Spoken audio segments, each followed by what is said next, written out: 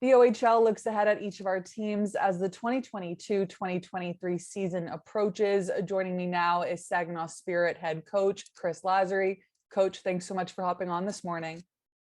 Thanks for having me. Always looking forward to talking about our team. It would be wrong not to start off with your first impressions of Michael Misa in the preseason thus far, coming into the OHL as a 15-year-old exceptional status player, recording 4 assists in the first 4 exhibition games. What have been your first impressions? You know what? Not surprised, but excited. More so as the person. Like, I've really watched him off the ice to see what he's like maturity-wise, how he is around his teammates, his work ethic, his habits in the gym, how he take care of his body. Like, he is elite away from the ice. And then when you put him on the ice, obviously he's special. His skating, his playmaking, way more competitive than I thought. He gets his nose dirty a lot more than I thought he was going to at this stage, which is great. Loves getting into the battles and hunting pucks. And he's going to be a special player, but a special person for us here for years to come. The Spirit finished outside of the playoffs last year, but saw some contributions from some interesting players like 15th round pick Dean Lucas, U18 priority selection pick Caleb Mangoni. Were there some silver linings to last season in terms of seeing some of those younger guys develop?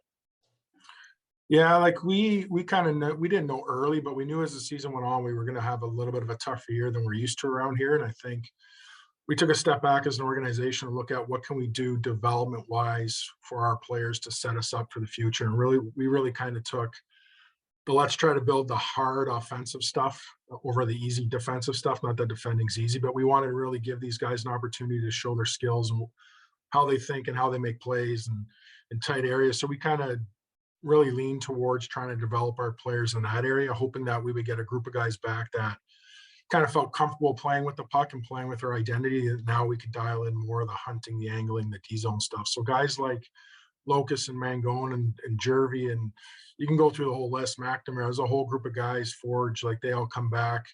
I think taking a step, going through what we went through last year, understanding what we're trying to do as a team on both sides of the puck. And it's really, set us up well here to start our season.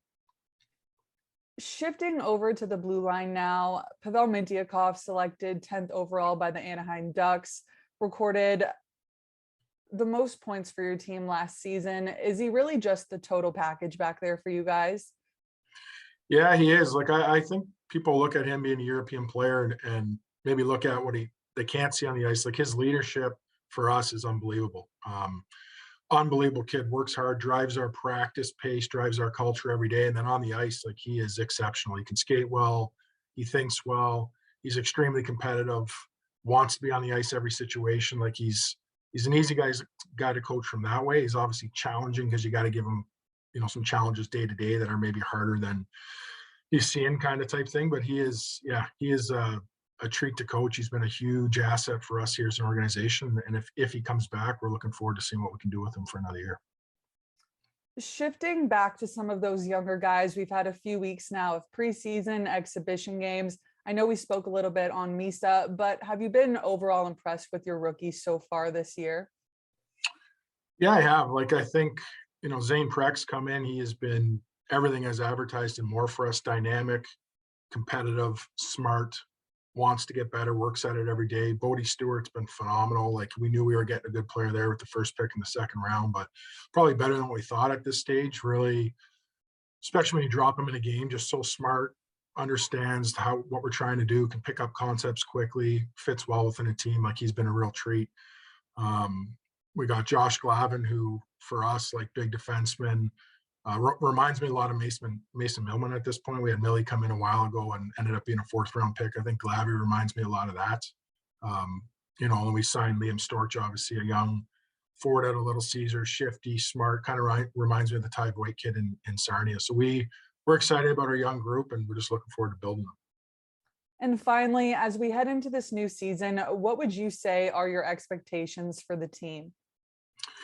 Yeah, you know what? It's interesting. We talk about it all the time as an organization. We look around, and I think a lot of people outside of our organization aren't giving us much of a chance. I don't think a lot of people really understand how good our players are. So our expectation, we're looking to win the division. We're looking to get back to where we were prior to COVID, and we believe we have a really strong group to do that, and an undercover group that a lot of people might not value as much as us, but we're looking forward to it. Well, Coach, thank you so much for taking the time today. I wish you and the Spirit the best of luck as the start of the season approaches. We appreciate it. Thank you.